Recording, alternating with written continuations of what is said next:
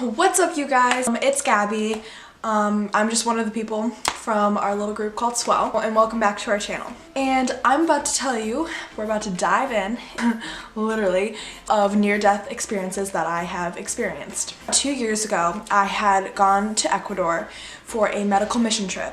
That is where we helped build things called caravanas, which are like makeshift hospitals where people who can't really afford medical treatment go to. It's called Bomb. So check it out. While we were there, we decided to do some activities. And one of them was whitewater rafting. I'm sure some people watching this have gone whitewater rafting, but I have never.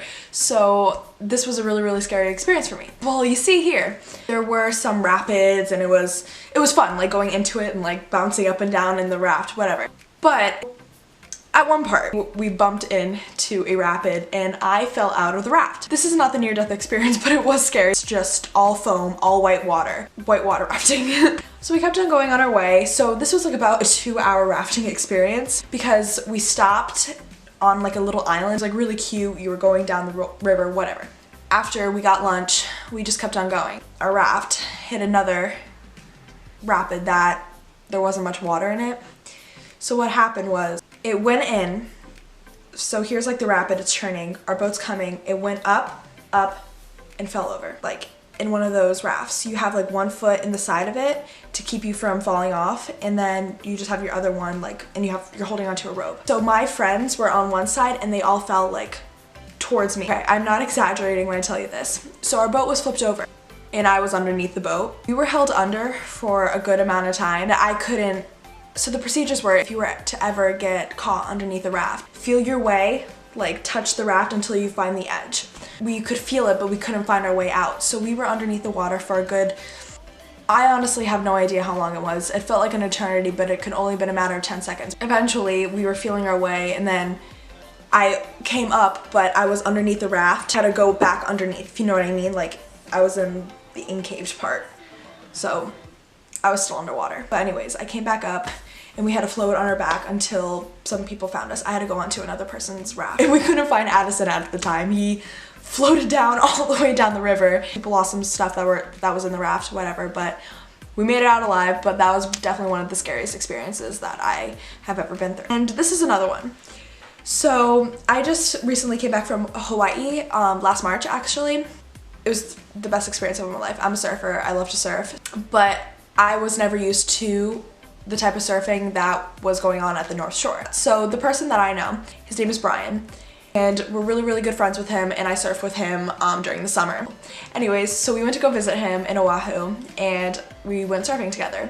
I was just a little bit hesitant because I was just nervous about like the different type of swell because I wasn't used to it. Anyways, we were going and I was on a longboard, which probably wasn't the best idea for the swell because apparently during that time, because of the storm or El Nino or something, like the waves were the biggest that they've ever been in 10, 20 years or whatever, something like that. They didn't look too big. So we went out, paddled out. It was okay. There was reef everywhere because it's a volcanic island. I surfed. I was just sitting on my board. It was still, but we were kind of near like the whitewater. We were at the break.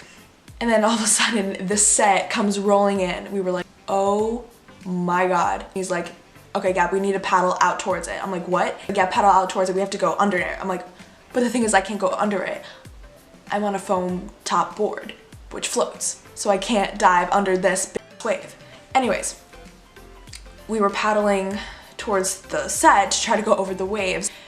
And of course, I get pummeled. I was held under for a good amount of time. I couldn't really get myself above the break and the water was pretty deep. I couldn't get up and I couldn't get from underneath. I know how to hold my breath, so I held it for a decent amount of time. Eventually, like, it hurt to keep it in for so long, so my body's instinct. I didn't want to do this, but I inhaled, so I inhaled the water. And in that moment, I really did think I was going to drown.